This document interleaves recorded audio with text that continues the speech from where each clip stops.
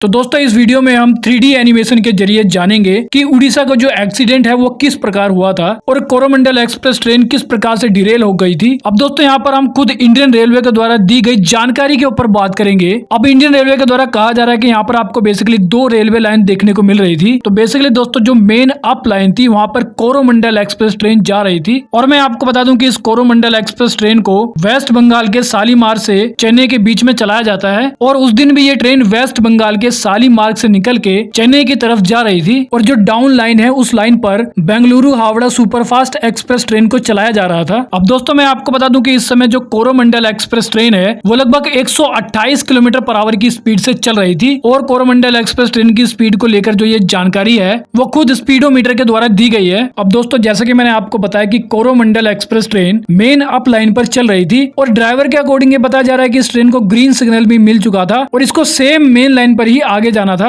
लेकिन फिर ये कोरोमंडल एक्सप्रेस नाम की ट्रेन अचानक से लूप लाइन की तरफ मुड़ जाती है। अब लूप लाइन पे पहले से एक मालगाड़ी खड़ी हुई थी जिसमें आयरन ओर भरा हुआ था। इसी कारण जब कोरोमंडल एक्सप्रेस ट्रेन की इस मालगाड़ी से टक्कर होती है तो क्योंकि मालगाड़ी के अंदर काफी ज्यादा मात्रा में आयरन ओर भरा हुआ था, इसी कारण मालगाड़ी को तो इतना ज्यादा नुकसान देखने को नहीं मिला। लेकिन कोरोमंडल के मालगाड़ी से टकराने के बाद कोरोमंडल ट्रेन जो है वो पटरी से उतर गई और कोरोमंडल ट्रेन को काफी ज्यादा मात्रा में नुकसान हुआ। अब दोस्तों बताया जा रहा है कि जो कोरोमंडल एक्सप्रेस ट्रेन की स्पीड थी वो काफी ज्यादा थी, यानी कि जब 128 किलोमीटर पर आवर की स्पीड से कोरोमंडल ट्रेन मालगाड़ी से टकराई तो उसके अंदर जो एलएचबी कोचेस लगे थे वो भी पटरी से पलट गए। अब दोस्तों मैं आपको बता दूं कि एलएचबी कोचेस के ऊपर इंडियन रेलवे के द्वारा काफी ज्यादा फोकस किया जा रहा है। करंटली एलएचबी कोचेस को काफी ज्यादा मैन्युफैक्चर भी किया जा रहा है क्योंकि इनको अभी के लिए सबसे ज्यादा सेफ माना जाता है, क्योंकि एलएचबी कोचेस के अंदर हमें हाइड्रोलिक सस्पेंशन जैसे फीचर्स देखने को मिलते हैं। इसके अलावा एलएचबी कोचेस के अंदर हमें डिस्क ब्रेक भी देखने को मिलता है। लेकिन कोरोमंडल ट्रेन की स्पीड इतनी तेज थी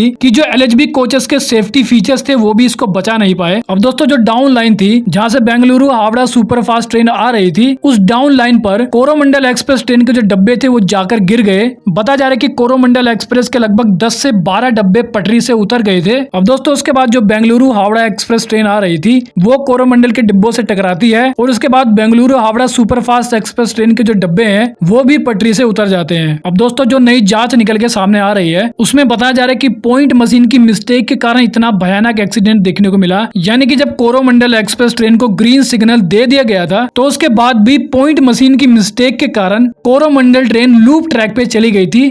तो वेल दोस्तों इस वीडियो में इतना ही। I hope you like the video. तो फिर मिलेंगे अगली वीडियो में, जब तक के लिए जय हिंद।